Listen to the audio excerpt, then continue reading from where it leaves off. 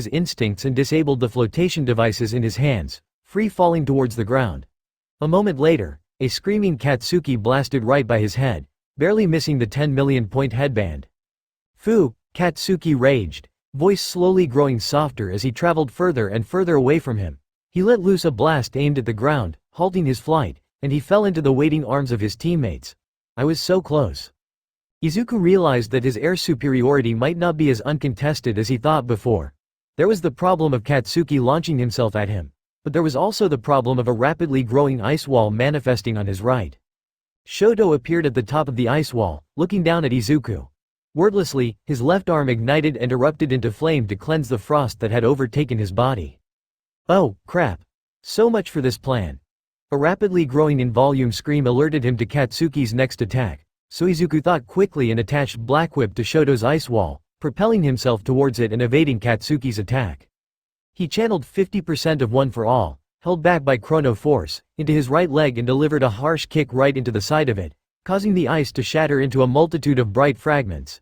As Shoto's foundation collapsed, Izuku bit down on the chew toy and shot towards Shoto, aiming for his headband. Izuku had initially decided to play defense, but when given an opportunity like this to even further widen the gap between first and second place, he had to take it. No? Shoto, realizing what was going to happen, pointed his left arm at Izuku. Izuku reacted instantly, deploying one of the portable cover discs in front of him with Black Whip. Not even a second later, a torrent of flame arced out of Shoto's palm, burning up the cover. Fortunately, the cover served its purpose and protected Izuku, but Izuku could tell, based on the damage it sustained, it would not last against another attack. The attack's aim had been off, anyways. The brunt of the fire wasn't even aimed at him. As he blasted by Shoto and his fire attack petered out, Izuku ditched the destroyed cover, letting it drop to the ground 20 feet or so below him. Izuku stabilized himself with his hand flotation devices, turning around and surveying the current situation. Todoroki had managed to catch himself by landing on a pillar of ice, and Katsuki had landed on top of his team. Due to Mezo's quirk, Katsuki had a pretty big area to land on. Izuku spotted Momo and Mei seemingly chatting with Ochako, Denki, and the purple-haired kid that he didn't recognize from before. Since Izuku and Shoto were duking it out in the sky, they could do nothing but cheer them on. Mei noticed him looking and gave him 2 big thumbs up. Shoto's ice pillar advanced towards his location, growing in scale and completely disregarding the poor souls underneath that were in his path. As cavalry teams yelped and attempted to dodge being frozen solid, Shoto surfed what appeared to be a massive wave of ice.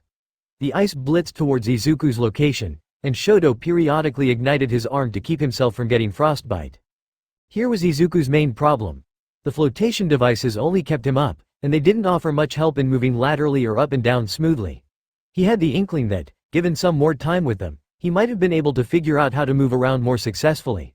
But, right now, he was essentially a sitting duck as he floated in midair. As Shoto advanced upon him with frightening speeds and he saw Katsuki preparing for another flyby, Izuku decided that his plan of playing defense wasn't going to work.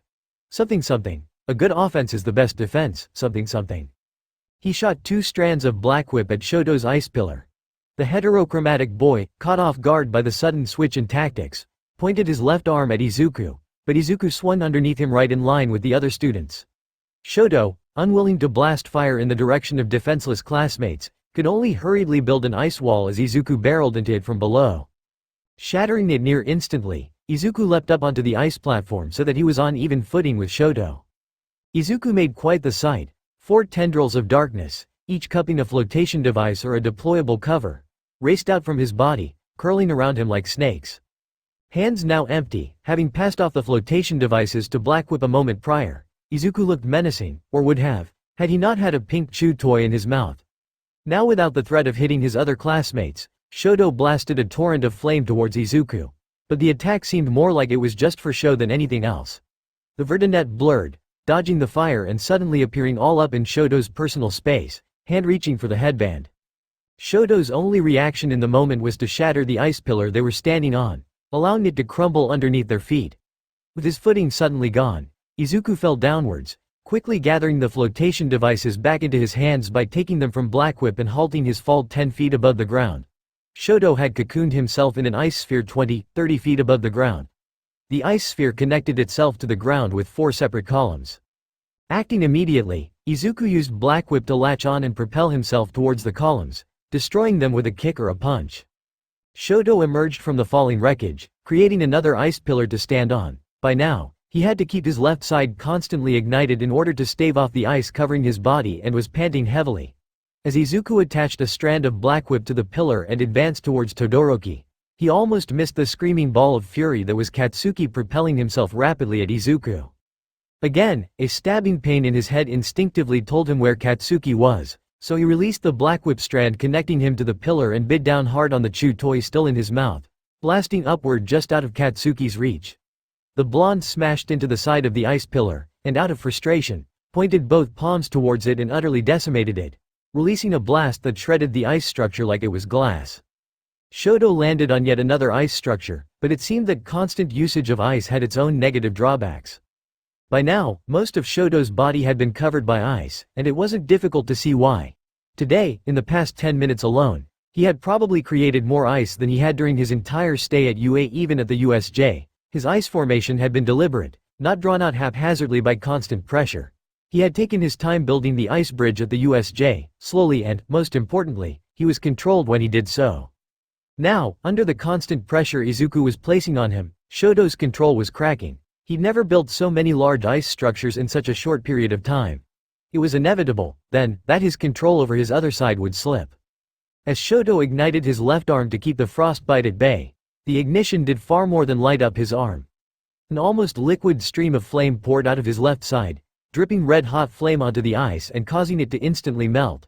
He panicked and redirected the stream of flame into the sky. It would have been fine if no one was there, but Izuku had just flown up to avoid Katsuki. Since the entire process took less than a second, the flames that suddenly rocketed towards Izuku were pretty much undodgeable. Judging by its width and trajectory, he would end up enveloped in the fire if he kept biting down on the chew toy and accelerating upwards, so Izuku released the chew toy and allowed himself to fall back down towards the ground. However, that wasn't fast enough, and for a horrifying moment, Shoto's red-hot flames enveloped Izuku's upper body. Inko Midoriya was having what one could call a mixed day. She had tuned in to watch UA's sports festival on the TV since Izuku had called her about it the day before. Although she might have forgotten the time and missed the opening ceremony, she made it in time to watch Izuku win the obstacle course race by a landslide. That had made her so proud and happy.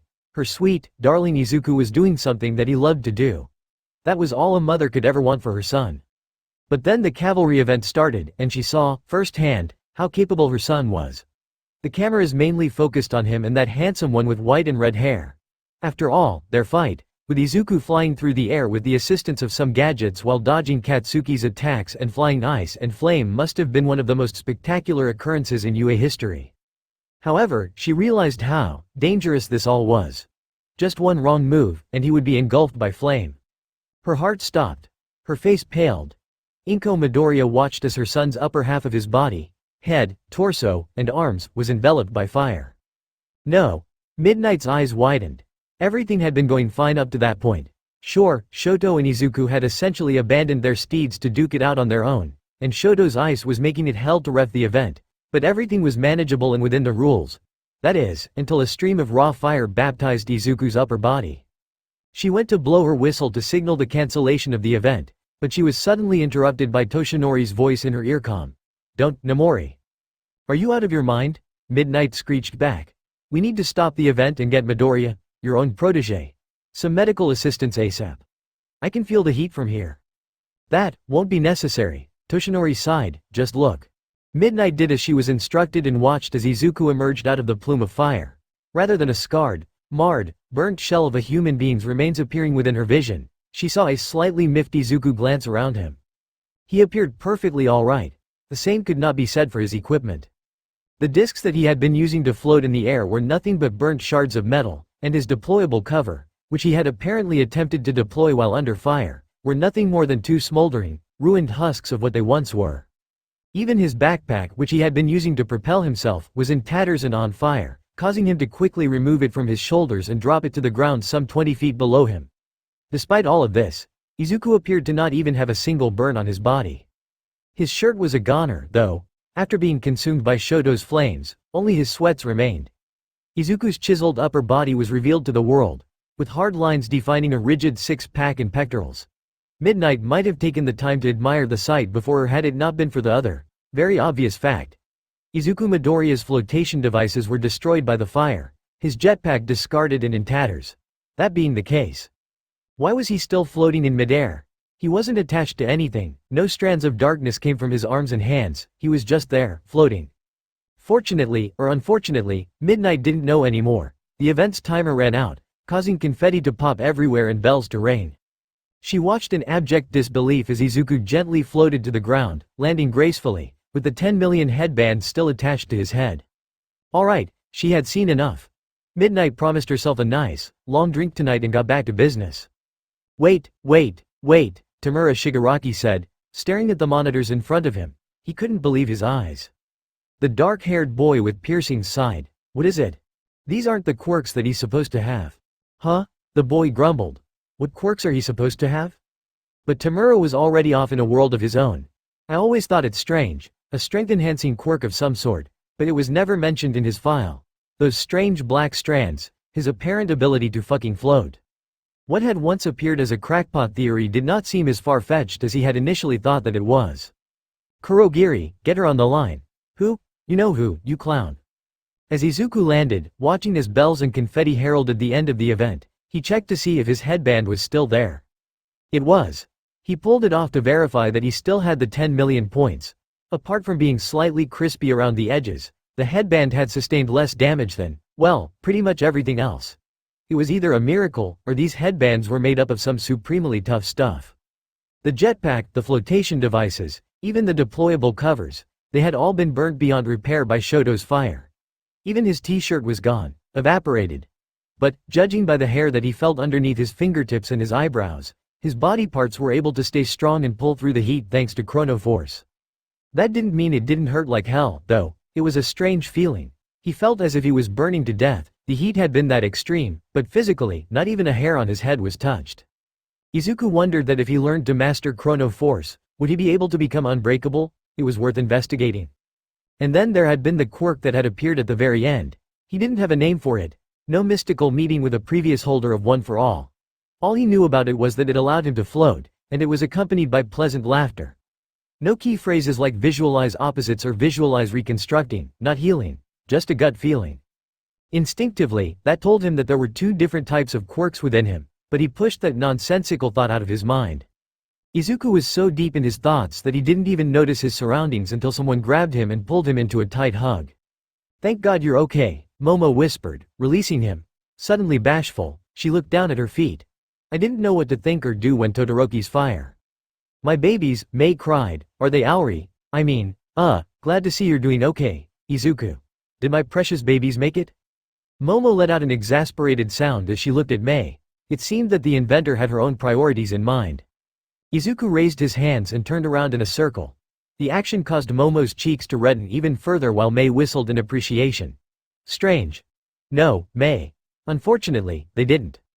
May their souls find peace in their next life, Mei said sagely, closing her eyes and clasping her hands together in prayer. Then, she opened her eyes, not looking too affected by the demise of her babies. Midoriya. Izuku looked over at the voice. A panting Shoto appeared before him, looking extremely out of sorts considering his usual calm exterior. Oh, Todoroki. Hey, great fight. That's got me all fired up for our actual match during the tournament. Shoto stared at him incredulously. He looked him over top to bottom. Midoriya, are you all good? The other members of Shoto's team, Ochako, Denki, and the unknown purple-haired kid all appeared behind him. Ochako took one long, hard look at Izuku before turning away, ears faintly tinged red. Yeah, why wouldn't I be? Izuku grinned to ease their worries, but his statement just made Shoto seem more agitated. But with my fire, Izuku blinked. Then, he smiled. Remember what I said, Todoroki? Don't be afraid to go all out. Shoto remained silent. Izuku reached out and grabbed the taller boy's shoulders. Look, you said something about holding back out of fear that you'd hurt someone, right? I get that. But you don't have to worry about that with me. Don't be afraid to go all out. As you can see, I can handle it. In a moment of rare vulnerability, Shoto said, I was just afraid that I'd lost control and hurt someone. I know I said that against you, I wouldn't hold back, but I guess, it was always a phobia of mine, causing harm with his cursed flame. Why is it cursed, Todoroki? Izuku asked. The question caught him off guard. Well, because it's my father's quirk. No it isn't, Izuku said. It's not your father's quirk, it's your own quirk, it's Shoto Todoroki's quirk, isn't it? The words left Shoto momentarily speechless. Deku. The group turned to find Katsuki stomping up towards them. Sweat glistened off his brow, and he tersely said, How the fuck were you floating? Great question. I don't know, what the fuck? The referees came around to collect their headbands and count them up. Midnight, having heard Katsuki's foul language, chopped him lightly on the head, saying, Bad boy. Save such language for the bedroom. Katsuki instantly flushed scarlet. Whether it was out of embarrassment or anger, Izuku didn't know. Izuku handed over his headband to Midnight, who took it after giving him a top-down check for any burn wounds. Not finding any, she showed a genuinely relieved expression and went on to collect Katsuki and Shoto's headbands. As she did so, Izuku didn't notice Ochako and Momo's furtive glances in his direction. Katsuki, on the other hand, did. Sighing, he said, Yaoyorozu, make something to cover Izuku up, so I don't have to deal with two horny girls. Spluttering, Ochako hit Katsuki on the shoulder before stomping away, and Momo lifted up her shirt a fraction and created a blanket. She handed it to Izuku, who was still confused as to what was going on. Your shirt's, been destroyed, Momo simply said, holding out the blanket while averting her eyes. And Bakugo, I'm sure both Ochako and I don't appreciate being called that. We were simply concerned as to whether or not Izuku would catch a cold. At that, Katsuki huffed and responded with a yeah right. Oh, suddenly feeling a bit embarrassed himself, Izuku covered his top with the blanket that Momo provided. We have finished counting up the headbands, and here are the results, Midnight announced, gesturing towards the big screen. The top 16 players were displayed there. Team Izuku Midoriya was obviously in first place due to him having held onto the 10 million headband. Team Shoto Todoroki was now in second place instead of third because they had an additional person compared to Katsuki's team, and Team Katsuki Bakugo, with him only ever going after Izuku, ended up in fourth place. Team Tenya Iida, surprisingly, took over third place, having cleaned up the other competition while Shoto and Katsuki had been busy fighting Izuku. However, that wasn't enough for 16 people since Izuku and Katsuki only had teams of 3 people. Also, apparently Mezzo resigned from the tournament for personal reasons, as his name wasn't anywhere up there. The remaining 3 people were taken from the 5th place team, Team Tetsu Tetsu Tetsu Tetsu. The seeds were randomized, so they looked like this.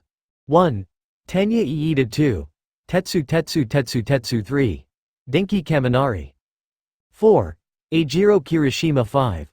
Pony Tsunotori 6. Mina Ishido. 7. Suyu Asui 8. Hitoshi Shinso 9. Momo Yaoyorozu. 10. Itsuka Kendo 11. Ochako Uraraka 12. Shoto Todoroki. 13. Rikido Sato 14. Mei Hatsume 15. Katsuki Bakugo. 16. Izuku Midoriya. The match times were displayed on the next screen.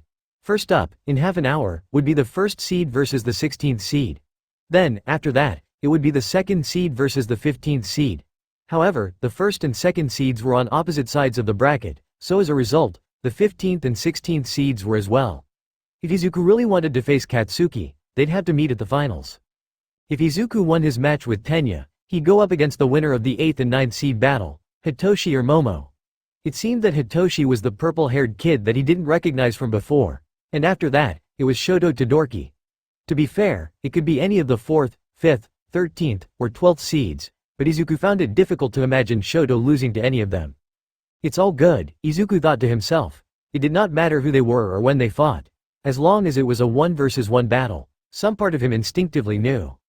I will not lose. 612 Chapter 9. Opening stage. Izuku Midoriya was losing his mind. He was losing his damn mind. Ever since they operated on him, there has been a flurry of unknown voices in his head. Some were young, some were old, some were male, and some were female. But they all had one thing in common. They just would not shut up. It didn't help in the arena, either. Rather than unite to help Izuku defeat their common foe, the voices panicked, started screaming. It didn't allow him to concentrate, didn't allow him to use any quirks like his opponents did. Most of the time, he just slumped to his knees, assaulted by a cacophony of voices screaming in his ear while his opponent took the opportunity and hammered away at him. It wasn't good for him mentally or physically. Mentally, he felt like he was being ripped to shreds. Physically, he was getting the shit beat out of him and fed essentially nothing but supplements, which did nothing for his growling stomach. Even when they force-healed him, making his wounds fade away, the pain never left. And they were all spouting nonsense, too. Stuff like, "Give me back my body or please forgive me. I didn't do anything wrong. Let me out of here."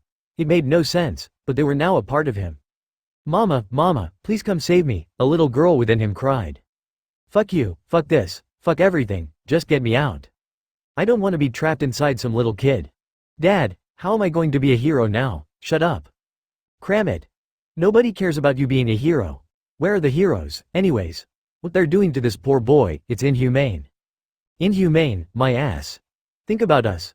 We were essentially turned into Quirk food and gobbled up by this bastard for some stupid fucking villain. Hey, we're all in this together, everyone relax. If our consciousness survived in our quirks, doesn't that just mean? Shut up. Listen. If we just override the main personality and set ourselves as the one in control, wouldn't that essentially bring us back to life? That's the first smart thing I've heard you say in, what, weeks now? I don't know, time is slightly off here, I can feel it. We'd be trapped in a little kid's body, but it's essentially our second chance at life. Well, every man for themselves, I guess. Shut up. A visceral, guttural cry ripped out from his lungs. Shut up, shut up, shut up. The men in white lab coats around him stepped back, slightly wary of his sudden outburst. Only a well-dressed man in a suit with no face stayed where he was, watching Izuku with interest. The faceless man spoke.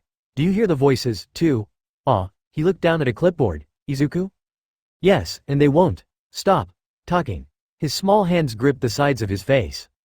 I used to have this problem, early on, the man spoke. Whenever I took a quirk, the vestiges of the person would remain. It used to drive me mad. He got closer to Izuku, who was trying to drown out the voices. Now they were plotting to take control of his body or something. He wasn't paying too much attention, it was all white noise at this point. But then I learned how to control the voices, the man said.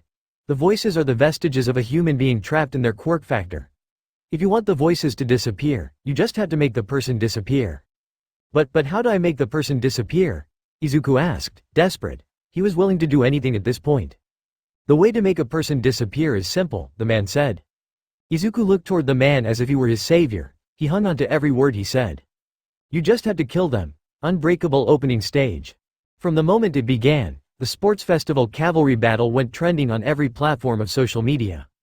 The UA Sports Festival had already been trending in Japan, but the cavalry battle is what tipped the scales towards global trending. Never before had so many people watched the sports festival synchronously, each tuning in with more and more hashtags trending. Personal commentators, TV stations, news agencies. They were all trying to get in on the hype. As we can see here, Midoriya is fighting Todoroki while dodging shots from Bakugo, one commentator said. His partner smacked him on the shoulder for stating the obvious. Onlookers watched as Izuku shattered a massive ice wall. They could tell, instinctively, that these two were strong. The one called Todoroki was capable of conjuring gigantic ice walls and pillars out of thin air, but if that was considered impressive, then the guy who was absolutely demolishing the walls with his bare fists could be considered downright impossible. Those that didn't watch from the beginning were shown clips of Izuku's opening speech and his declaration of victory before the event happened. People were beginning to see Izuku's logic. The kid looked simply unstoppable. And then the finale of the event happened. The half-and-half boy sent a blistering stream of fire which enveloped Izuku's upper body. Some stations instantly cut to shocked casters, unable to believe what they had just seen. No person, no matter how strong they were, could hope to escape that unscathed. There were children watching the sports festival. After all, they couldn't show them a man getting burnt to death. But, somehow, Izuku had come out of that unscathed. He floated in midair, shirt and equipment completely burnt away, but otherwise, he was fine. As he landed comfortably on the ground, Izuku could not fathom the depth of conversation that he had just generated. The world watched with bated breath as the curtain to the singles tournament lifted. Himiko sat in the bleachers somewhere in section 4 of the stadium. After being eliminated from the sports festival, more like she simply sat and waited for the race to be over, she returned to her class's reserved seats and sat there. She was sure that if she actually tried, she could have easily made it to the tournament section of the sports festival, but Himiko honestly didn't care enough to give the sports festival a shot. It would have been too troublesome. Plus, now that she was out, she could watch Izuku wholeheartedly. That was the only thing staving off the boredom. True to his word, Izuku finished first place in both the obstacle course race and the cavalry battle. Now that those two events were over, there was a 30-minute rest period before the final event started. A few of her classmates tried chatting with her, but after her half-hearted replies and attempts at conversation, they eventually left her out of any further discourse. She didn't mind at all. Himiko wasn't interested in fangirling over how their classmate Hitoshi Shinso made it to the tournament. While playing a gacha game on her phone and ignoring the 17 missed calls from Kurogiri, she was pleasantly surprised to see that Izuku had texted her. Immediately opening her messages app, she read.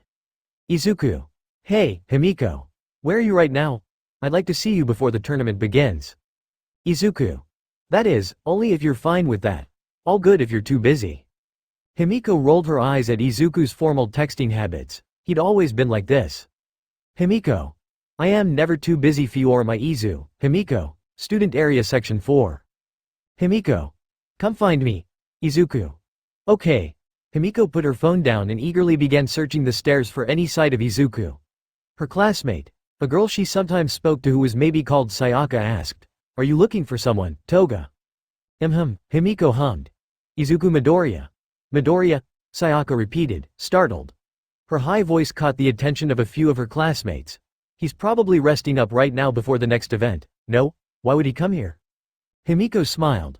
I wonder, a bit perturbed. Sayaka and her other classmates resumed their conversation. They were mainly taking bets on who would win the tournament, and Himiko tuned out their conversation. After all, her one love had shown up. Izuku appeared at the top of the steps that led down to their section, looking for Himiko. When he spotted her and their eyes met, she gave him a wave and beckoned him down towards her. He happily obliged, walking quickly down the stairs to reach Himiko, garnering more and more attention with each step he took. He either didn't notice the attention and stares he was receiving or simply ignored them. If Himiko had to bet on one of them being the case, she'd bet on the former. Izuku finally appeared beside Himiko, and she was glad that she had a seat right next to the stairs. She was able to instantly jump up and hug Izuku without having to scoot past anyone. Ignoring the hushed whispers around her, she released him and said, Hiya, Izu. Congratulations on placing first. I knew that you could do it. He flushed at the praise. It's not over yet. I've got to win this last event, too. Yeah, overachiever, Himiko said fondly. She could feel the stares that she was receiving, and Izuku, finally, seemed to realize it as well, face burning up. Anyways, why did you want to see me? Izuku glanced around. Maybe it was a bad idea. It probably wasn't. Come on, you can tell me. Himiko grinned at him. She watched as he floundered in place under the heat of all the surrounding stares. As cute as he was in that moment, really fucking cute. This was a sight reserved for her eyes only. Making sure that he wasn't watching her, Himiko turned around and leveled her personal death glare at the people watching them, causing them to quickly avert their eyes. Well, I just wanted some encouragement from my girlfriend before the final event, Izuku said under his breath. I don't know, I was just feeling. Himiko placed a finger over his lips. Encouragement is what you'll get, then. I know you'll do great, Izuku. The drive within you won't allow any outcome other than complete domination, isn't that right? Her words struck a chord within him. Himiko was right, after all. In a 1v1 fight, he will not lose. Also, Himiko got on her toes so that her lips were right next to his ears. When you win, I'll have a very pleasant reward for you tonight, when we are alone. Her eyes sparkled with unspoken implications, and Izuku found himself unable to match her gaze. He whispered, Himiko, you don't have to bait me. It's not bait, it's a promise, something for you to look forward to. That was unfair, Izuku decided, trying to remain level-headed especially since they were still in public. Himiko took one look at his expression and giggled. Their lapse in conversation was interrupted, very rudely, if Himiko might add, by Sayaka, who ventured forth and asked, Toga. We were just wondering, how do you two know each other? Himiko blinked at the question. Then, smile turning devious, she looked at Izuku. How do we know each other, Izuku? Himiko's my girlfriend. Wow. Himiko expected a lot more blushing and stuttering, but the confident way in which he uttered those words, Himiko couldn't deny it. She loved that part of him just as much. Ignoring the flabbergasted look on Sayaka's face and the stunned expressions of pretty much everyone who could hear those words, Himiko teased, shameless now, are we? Izuku's face flamed up. Now that was a reaction Himiko was more used to seeing. Well, I'm not ashamed of the fact that you're my girlfriend. I could never be ashamed of you, Himiko. Fuck. Her attack had backfired on her. Hiding her rapidly reddening face behind a hand, Himiko switched the topic. Does that answer your question? Sayaka nodded dumbly, but Himiko could tell that some people weren't convinced despite the words coming from Izuku's own mouth. Himiko was instantly irked. Why were there people that looked like they didn't believe Izuku?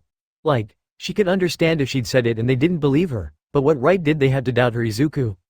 Her Izuku. Mine. He's mine. She reined herself in, determined not to have an episode in public. She just had to prove it, right? Prove to everyone that he was hers. She reached up and kissed him gently. It was a chaste kiss, no tongue, nothing crazy, but it still succeeded in making Izuku light up like a Christmas decoration. After she was done, Himiko took a glance at the non-believers, who sat there with their jaws hanging slightly open. I'll walk you back. Come on, let's go. At her insistence, Izuku acquiesced and the two walked off, leaving behind some very shocked human beings. After a comfortable silence developed between them, Izuku suddenly began speaking.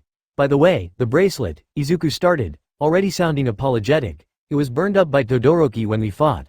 I'm so sorry that I didn't take better care of it. She looked down at his wrist and saw that his pair of the matching black and green bracelet that they shared was missing. Oh. That's perfectly okay, Izuku. Let's just go out and get another matching pair, yeah? He still looked distraught, but he nodded nevertheless. Himiko spent the rest of the walk assuring him that it was okay, and she said that it was sweet of him to place that much emphasis on it. When they reached the waiting room, Himiko stopped and gave him a hug, once again wishing him the best of luck before walking away, alone this time, alone to think. Todoroki, Shoto Todoroki, Another name added to her shit list, right next to Momo Yaoyorozu. At about 5 more minutes until Izuku's match, Izuku was interrupted from his meditative state by a tap on the shoulder. Glancing up, he saw Momo looking sheepishly at him. Taking out his earbuds and turning off the music on his phone, he asked, Yes, Yaoyorozu. I'm sorry for disturbing you. No, don't worry about that. What's up? She wrung her hands together and looked to the side. I just wanted to say, good luck. Iziki blinked. Thanks, Yaoyorozu, I really appreciate it. Can Izuku Midoriya and Tenya Iida come forward to the entrances? Midnight called suddenly. Momo, who looked like she had more to say, shut her mouth and nodded at Izuku. Izuku Midoriya, blue entrance. Tenya Iida, red entrance. Before Izuku headed towards the blue entrance, he turned toward Momo and said, Hey, Yaoyorozu, can you hold on to this for me? He held out his phone and earbuds. Oh, she stared at his hand before taking what Izuku was offering. Yeah, of course. Appreciate it. I'll come back for it. He smiled at her disarmingly and jogged off towards his designated spot, completely unaware of the mental gymnastics he'd just put the poor girl in. That smile, it did something to Momo's heart, and she wasn't even sure what it was. Momo convinced herself that it meant nothing. Izuku jogged around, getting warmed up for his match. He already warmed up when he and Himiko had split up a while ago, but he just spent the last couple of minutes sitting and thinking about nothing to calm himself. Now was the time to get himself hyped up again. Remember what you said, Izuku told himself, the pressure is on. This is a 1 versus 1. Get fired up. The door suddenly opened and Izuku found himself following the cheers to the outside. As he jogged to his starting spot, he saw Tenya do the same on the other side of the field. Izuku kept watching him, attempting to single-mindedly focus on Tenya. He drowned out all of the other sounds around him, the cheers, the clamor, the sound of Midnight explaining the rules. The rules he knew already. It was a fight until one of them gave up or was pushed out of the boundaries marked by white paint. I hope for a fair match, Midoriya, Tenya called out from his side, voice barely heard over the clamor. He walked up almost mechanically, extending his hand out. As the crowd wondered what was going on, weren't they about to start fighting? Why was Tenya walking out to the center of the field? Izuku got the message, walking up to meet Tenya. When he got there, Izuku took Tenya's hand in his and shook it. Even before a fight, Tenya acted with the utmost courtesy. Izuku respected that. The crowd roared, appreciating the sportsmanship on display. I wish to test myself against you, Tenya slowly said. I know that my chances of winning are slim, but that won't stop me from doing my best to beat you. Understood, Izuku nodded. Against you, Iida, I will be serious. Tenya nodded in kind, satisfied with Izuku's words, and he walked away towards his side of the field. Izuku watched as Tenya's back slowly got further and further away, knowing deep in his heart that while his words were not false, he will take Tenya seriously. They weren't necessarily entirely true either. He had to hold back against Tenya for the other boys' safety. This was a friendly competition, not a death match. It's not like I'm not gonna be fed if I lose, Izuku thought to himself, but then he thought about what he just said. As Izuku walked back towards his side, he wondered where those words had come from. As he got situated on his starting spot, Izuku mentally ran over the strategy he'd come up with to counter Tenya with. Tenya was fast, but really only in straight lines and uneven terrain. If he could somehow make the terrain uneven and difficult to sprint across, he'd put Tenya in a disadvantaged state. Then, close the gap and finish the job, preferably safely with Black Whip or something. Are you two ready? Midnight called, causing the stadium to slightly hush. After Izuku and Tenya both nodded at her, she raised her hand and then chopped down, signaling the start of the match. Begin. That was what Izuku had been waiting for. The second the word left Midnight's lips, Izuku had raised his foot. Since the target was the ground, he didn't hesitate in putting a restricted 100% into his leg, and he stomped down, hard. What happened next shook everyone out of their seats, literally. Izuku had basically directed a 100% stomp into the ground beneath him. While it was restrained by chrono force, it was a lot of power, instantly creating a mini, localized earthquake. The ground beneath him fractaled and cracked, creating what Izuku liked to call unfavorable terrain for Tenya. Now, instead of flat ground that Tenya could run upon, Izuku had created a crater of sorts with uneven terrain abound. Perfect for Izuku, less than ideal for Tenya. The moment of hesitation coming from Tenya was all Izuku needed. Before the other man could even regain his bearings, Izuku was on him. Bounding across the field in the blink of an eye, Izuku stopped 5 feet before him and fired a point-blank Black Whip at Tenya. To his credit, Tenya's reflexes were fast enough to force him to instinctively dive to the right. As the first strand of Black Whip missed, Tenya let out a quick breath of relief, until he realized that Izuku didn't only have one strand of the black stuff. Jumping to his feet, he barely avoided the second one, and right when he was about to activate his quirk engine and blast off uneven terrain be damned, a third and a fourth strand of darkness caught him and tripped him up. That was the beginning of the end for Tenya. As they wrapped around his legs and hoisted him up into the air, more strands of darkness came to grab Tenya. Even as he struggled futilely, the strands seemed like they were made out of adamantium or something. They were simply unbreakable. With his legs off the ground and in the air, Tenya was reduced to kicking with engine activated to try and escape, but soon his legs were bound together and rendered useless. He felt Izuku use the strands of darkness to carry him past the boundary line and drop him outside of it, signaling the end of the match. The entire fight took less than 30 seconds. As a stunned Midnight blew her whistle and began to announce Izuku's victory, Tenya stood up from where Izuku had dropped him. Tenya supposed that he should have felt humiliated, but on the contrary, he felt strangely invigorated. So this was the difference between him and Izuku. He'd have to work harder to bridge the gap. Are you okay, Iida? Izuku asked, walking over to him. I didn't mean to just drop you like that. It is fine, Midoriya, Tenya answered. Swallowing, he looked at Izuku. It was like the boy was at a peak that Tenya was miles from, but, one day, he swore to himself he'd reach it. It is evident how unprepared I was. Thank you for showing me my folly.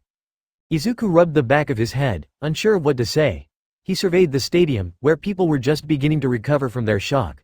Some were still getting back into their seats after being shaken from them during Izuku's stomp, but all of them were cheering for him. Surprisingly, he found little joy in being applauded. Instead, where he found the most joy was in the knowledge of one little fact.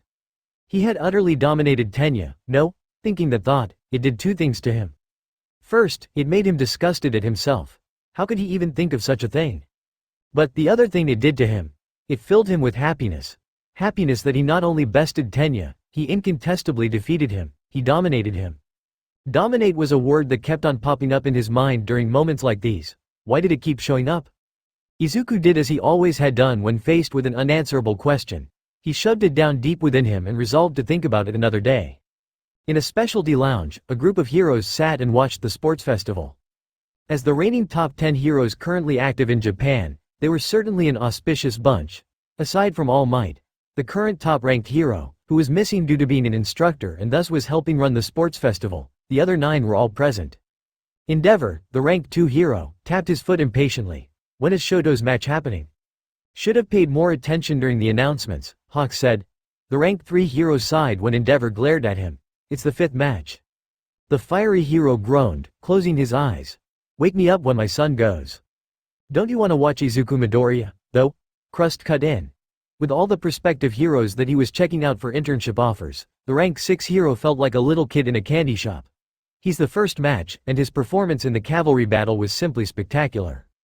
Endeavor opened his eyes to level yet another glare at Crust. Still not better than my Shoto, though. I think there's clear favoritism at play here, and it's clouding your judgment. Endeavor looked at the person who had just spoken.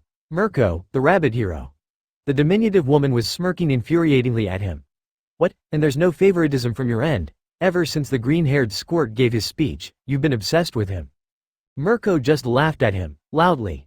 The rank 7 hero wasn't scared no matter how many withering glares Endeavor sent her way. Izuku's got guts, declaring that he's gonna place first in all of the events. While I admire a man with guts, I love a man who can back it up. And from what I've seen so far, Izuku can definitely back it up. And there had been the way that he fought in the cavalry battle event. He relied mostly on his own strength. Mirko loved to see that, teaming up, relying on other people's power, it all just didn't sit well with her. She preferred duking it out solo, and Izuku seemed like he'd be the type to understand her sentiment. After all, there was nothing better than a good ol' 1v1.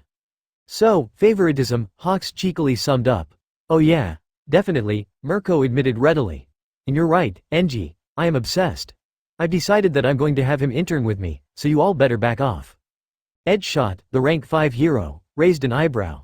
You don't even work with an agency or any other institution. How's that going to work out? I'll make it work.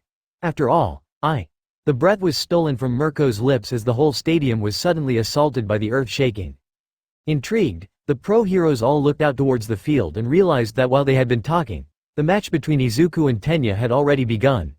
A massive crater suddenly appeared with Izuku at its epicenter, and before anyone could say anything, the boy was gone, appearing right before his opponent and trapping him with black strands of darkness.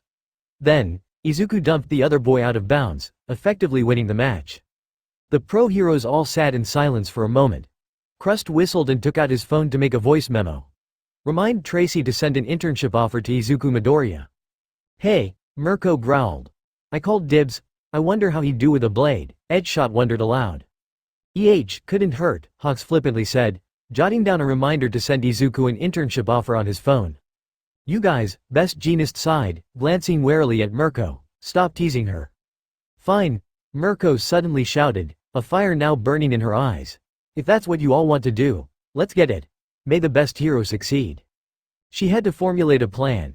Edgeshot was right. She wasn't affiliated with any agency or heroic institution. If Mirko wanted Izuku to intern with her, she had to take matters into her own hands.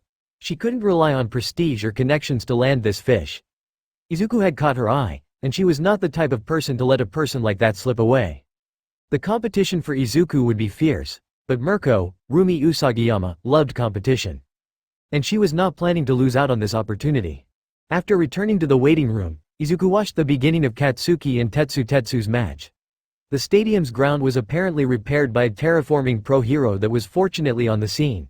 It would have made Izuku feel bad if he had caused any irreparable damage. That was a fortunate occurrence. The moment the match started, Katsuki took off into a dead sprint towards Tetsu. The other boy turned his body to what seemed like steel and swung at Katsuki, but Katsuki was able to evade that pretty effortlessly. Surprisingly, Katsuki wasn't going for the blast him strategy that Izuku had expected the fiery boy to use. Instead, as Katsuki ducked and wove between Tetsu's strikes, it seemed more and more like he was conserving his energy. The only times he used his quirk were when he needed an extra boost in speed to evade one of Tetsu's blows. It was clear that getting hit by Tetsu would hurt, a lot, but Katsuki simply wasn't allowing himself to be hit. Their dance went on for a few minutes, but Tetsu never managed to land a hit on Katsuki. Katsuki was displaying a surprising nimbleness and level of finesse that Izuku had never expected to see from the blonde. It was obvious that Tetsu was getting frustrated that nothing was landing, and his strikes became even more and more aggressive. That proved to be his downfall. As Tetsu swung and overextended his right arm, Katsuki backed under the blow, grabbing his wrist with two hands and throwing Tetsu over his shoulder. That fact alone, that Katsuki had managed to throw the Full Metal Boy, indicated that either Katsuki had a lot of raw strength or really knew how to use leverage to his advantage. After the other boy had landed on the ground, Katsuki joined him, their bodies momentarily becoming a mess of unidentifiable limbs. But to Izuku, it was obvious that Katsuki was winning. He was just struggling to get some kind of grip on Tetsu's arm. It was clear that Tetsu's lack of maneuverability was hurting him more in this situation. Soon, it became obvious what Katsuki was going for. A submission hold. With his legs positioned perpendicularly to Tetsu's body and his arms wrapped around Tetsu's right hand, the message became clear. Submit or I break your arm. How Katsuki managed to strike fear into someone who was made out of metal, Izuku did not know.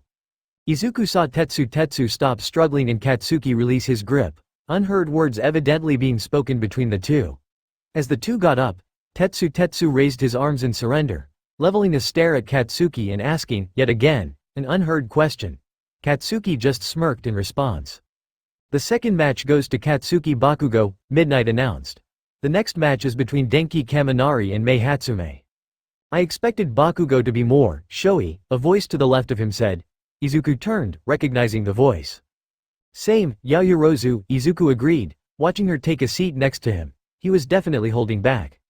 Well, so were you, Momo observed, causing Izuku to chuckle lightly. He was glad to have someone to talk to. While participants of the tournament were allowed to wander outside, they ultimately had to return to and wait in one of the designated waiting rooms.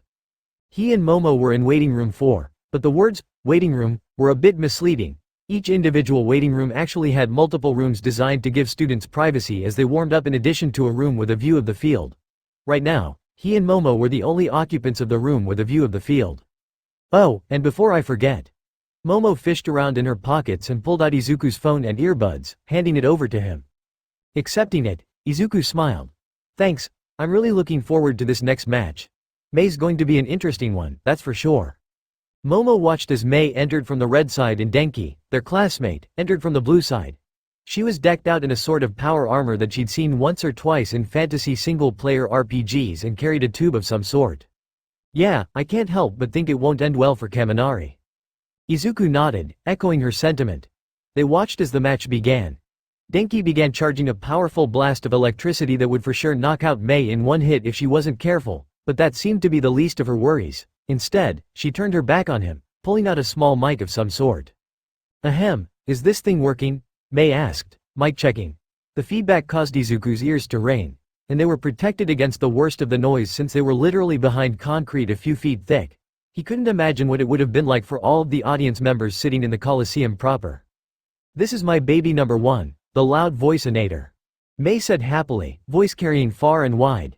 Izuku's sweat dropped at the unoriginal name. She held up a small, black square where the voice seemed to be emanating from, and she paid Denki no heed, an act which served to confuse the boy more than anything else. Its primary function is to amplify voices. Super useful in rescue operations. It's cheap, small, and portable, so you can carry it on your person while searching for people. To aid in this, it even has a thermal energy detector, so it can help you locate people if they are unable to respond.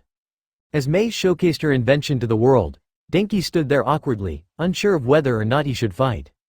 My baby number 2 is this suit of armor whose name is a current work in progress, but I'm leaning towards anti-sparky suit. Mei did a little spin, showing off what she was wearing. Sleek black pads covered her entire body with small wires running down the side of the armor to the bottom of her feet. Then, what she did next left everyone in the audience feeling a bit shocked. Mei spread her arms wide towards Denki and said confidently, "Blast me." Denki's stunned face was broadcasted to every channel. It would later become a meme template, but that was a topic for another time. Denki grinned and said something, but what he said wasn't loud enough to be picked up by any microphones or even Mei's loud voice-inator. He flashed briefly with yellow light, streams of electricity bolting out of his body, spreading in every direction and barreling into Mei. For a moment, Izuku was concerned for the eccentric girl, until he heard her cackling. H-A-H-A-H-A-H-A-H-A-H-A-H-A-H-A, Mei laughed. The bolts of electricity coursed through her suit along the wires and was deposited safely into the ground. It works. Oh, baby, I knew you would. Ahem. She seemed to realize that she was still using the loud voice-inator. Anyways, the suit's rubber protects its wearer from electricity, while the copper wires attract and safely dispose of the electricity into the ground. Hence the name. Anti-sparky suit. Denki stopped his blast of electricity, coming to the same conclusion that everyone else in the stadium had. Mei had completely counterpicked him. It was so egregious of a counter that it was hard for people to find humor in the situation. Most people felt bad for Denki and a tinge of begrudging admiration for Mei. Knowing that his quirk would be of no help to him at the moment, Denki changed tactics, charging at Mei. But, based off of her next words, he had fallen into her trap the moment he started running at her. Well, it'd be more accurate to say that he never stood a chance from the beginning. Mei pointed her last object of interest at Denki, the long, cylindrical tube or rod thing. And now, ladies and gents, my final baby of this live demonstration. The villain container 9096. I'll let the demonstration do the explaining for me. Right when Denki got 10 feet away from her, Mei pressed a button on the rod and a loud pop echoed throughout the arena. Out of the cylinder, a large net emerged, propelled by some explosive force, entangling Denki and causing him to trip, face-planting magnificently right at Mei's feet. As you can see, my baby shoots a large, self-adhesive net that is partly fireproof and waterproof, Mei said, thrilled at her invention working. It ideally works out close range, but it is a nifty tool to aid with the detainment of villains. See? Mei pointed at the still struggling Denki. Even a healthy young man is struggling to break free from it. Mei spun in a circle, arms held wide open. And this is just the tip of the iceberg, I've got more fantastic babies just waiting to be showcased. Remember the name? Mei Hatsume. UA Class 1H, currently looking for internships at hero support agencies, cough cough. She waved and smiled widely at the crowd before simply walking out of bounds, technically forfeiting the match. But anyone with a brain could see that Mei had won out big. She had gotten the interest of various support agencies around the country with her display of gadgets, which was probably her main goal of participating in the UA Sports Festival. The eccentric inventor had definitely made a splash. I almost feel bad for Kaminari, Izuku commented, but he won, so I guess, but how did she know to counter him so efficiently? I may have contributed to that, Momo admitted, looking at the ground. We were chatting about our other classmates during the cavalry battle. I told her about the quirks of some people. Izuku laughed at her admission. Unlucky Kaminari. Momo sighed, but she eventually relented, smiling a bit in response to Izuku's laughter. The next two matches were interesting to watch, albeit for different reasons. The next match was a slugfest between Eijiro Kirishima and Rikido Sato. At the start of the match, Rikido popped a sugar packet into his mouth while Eijiro hardened his body, and then they just started swinging. Comparisons could be made to Katsuki and Tetsutetsu's match earlier, but this time, blows were actually landing rather than one person just dodging all of them like Katsuki did. It ended up being Eijiro's victory, but that was only after a very, very long fight. It seemed that Eijiro's hardening managed to outlast Rikido's sugar rush, but the 30-minute fight must have been draining for both of them. Rikido straight collapsed and fell asleep after his 10th and last sugar packet was exhausted. And only then was Eijiro declared the winner. It was by far the longest fight of the tournament so far. If that fight was interesting for how long it took, then the next match between Pony Tsunotori and Shoto Todoroki could be deemed interesting for the exact opposite reason. The moment the match started, Shoto just created a massive glacier of ice, forcefully pushing Pony out of bounds. The fight, if it could even be called that, took less than 5 seconds, even shorter than Izuku and Tenya's match. Izuku grinned, already formulating plans and countermeasures against Shoto. The following match, with Mina Ishido as blue and Ochako Uraraka as red, was definitely less flashy than Todoroki's, but it was much more evenly balanced. The fight mainly revolved around Ochako having to dodge Mina's acid attacks. The girl displaying laudable nimbleness and control over her own quirk, using weightlessness to effectively surprise Mina by closing the gap rapidly or dodging acid attacks at seemingly impossible angles. The match ended when Ochako finally got a hold of Mina, making her weightless and pushing her up and out of the white boundaries. Ochako released Mina before she got too high, but with Mina out of bounds, Ochako was declared the victor of the match. In a show of goodwill and good sportsmanship, Ochako went over to help Mina up, the two girls laughing at something said between the two of them. What was said was reserved for their ears only, the mics being unable to pick anything up. As midnight started a new match between Itsuka Kendo and Tsuyu Asui, Momo and Izuku got up and walked towards one of the warm-up rooms since Momo's match was up next. During the last 3 matches, Izuku and Momo had been chatting about a topic that they both loved: heroes. While they had discussed everything from best merch to worst superhero movies, Izuku still paid close attention to the matches, knowing that he could go up against any one of the people that he was watching. Now, as they walked towards the warm-up room, the two had the one must-have conversation between any hero fan worth anything: the debate over which hero was cooler. "Look, I get what you're saying," Izuku said in a hushed voice, "but I still think Edgeshot is cooler than Crust." "Crust?" Momo laughed. "No one was arguing that. I'm saying that Edgeshot isn't cooler than Mirko, though. I don't know, the Verdinette side, Bunny Girl or Badass Ninja, too close to decide."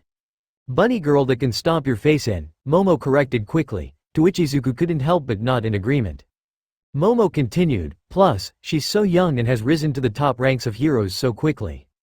"She's 27, 26, maybe?" Momo nodded enthusiastically. "Barely older than us. I mean, have you seen her legs?" An instinct told Izuku that he was in dangerous territory here. "What about her legs?" He answered diplomatically, safely. It wasn't like he could conjure up a perfect image of Rabbit Hero. Mirko's legs in his mind on demand. No, nothing of that sort. "Her legs are sublime," Momo gushed. "For such a small woman, her legs are so long and beautiful. So powerful. I'd love to just feel one." Momo's eyes widened and she coughed loudly, awkwardly. Izuku, bless his soul, did not comment on anything at all. Momo was getting too comfortable around Izuku. She had been on the verge of saying "I'd love to just feel one of her legs wrapped around my face," and that was just downright unbecoming and obscene. She knew Izuku said something along the lines of it being okay for Momo to gush to him about heroes, but what she was about to say was a line she was not ready to have crossed just yet. She couldn't help it, all right? She loved all things hero-related, doubly so if they were related to Mirko. The woman was her celebrity crush, after all. If she wasn't so sure she liked guys, then Mirko, that train of thought didn't need to be further explored. Momo was even a Mirko main in League of Heroes, for crying out loud. But still, she never could have imagined that she'd be having a casual conversation about something she loved so much at UA. Momo was expected to work hard, achieve good grades, and live up to the Yayorozu family name. Time for fun, mundane chats like this was not supposed to exist. She was blessed, Momo felt, to have friends like Ochako, Tsuyu, and Kyoka. Even overly aggressive touchy-feely friends like Mina. Friends she could just be a girl with. And Izuku, who she could just be herself with.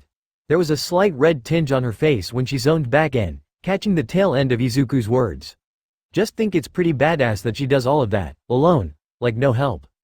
"I've always wanted to intern with Mirko," Momo said, hoping that her words would be enough to cover for her lapse in attention. "I was pretty sad to hear that she doesn't really do internships." "Don't worry," Izuku said brightly, smiling at her. That damn smile.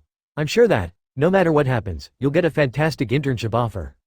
Momo laughed heartily. "You, too." They finally arrived at the entrance to the warm-up room. The whole area shook with roars and cheers from the hundreds, if not thousands of onlookers above them. "Well, I just wanted to say, good luck," Izuku said, mirroring Momo's own prior words to him. "I'll face the winner of this one, right? Let's have a good match next round, then." Izuku's confidence in her brought a smile to Momo's lips. That confidence, that belief, it felt nice. "But," Izuku added, "I don't plan on losing." That got the competitive fire lit up within her. "I don't either," Momo agreed. "Oh, by the way, watch this for me?" She deposited her phone into Izuku's waiting hands. "Of course, don't forget to come back for it, I won't." With those words, Momo entered the warm-up room with a sweet smile on her face. She had to perform. For the sake of everyone's expectations, her parents', Izuku's, her own, Momo had to get through this round at the bare minimum. What happened next when she faced Izuku?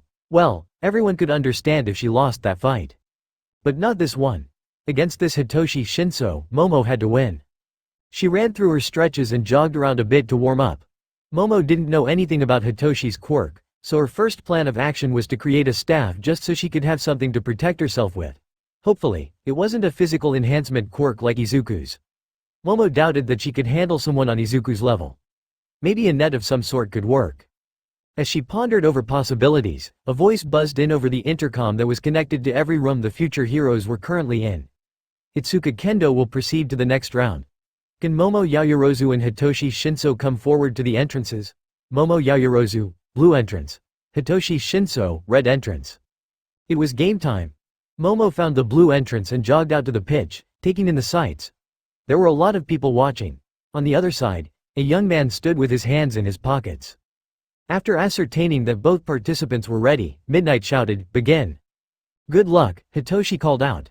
Momo, appreciating the gesture, returned, "You as well, but I."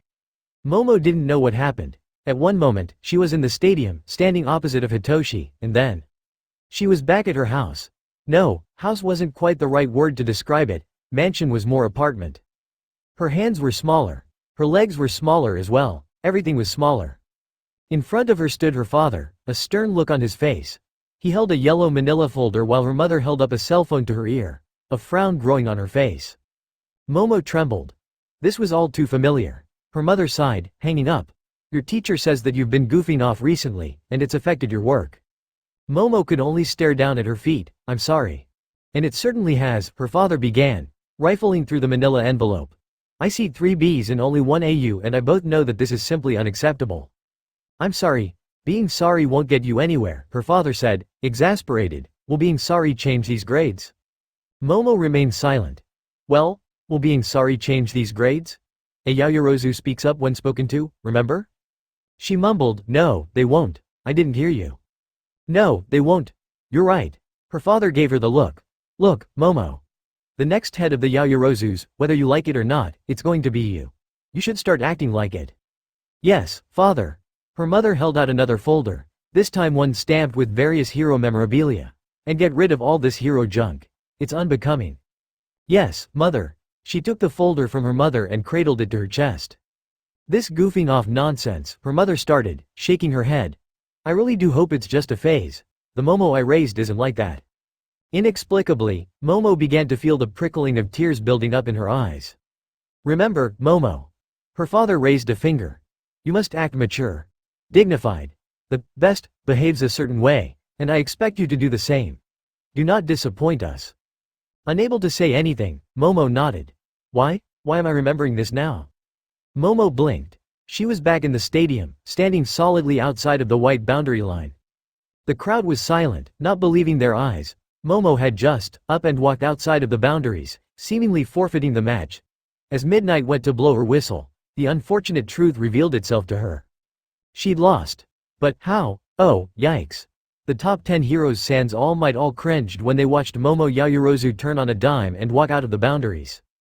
The girl seemed lost and confused as Midnight declared Hitoshi as the winner.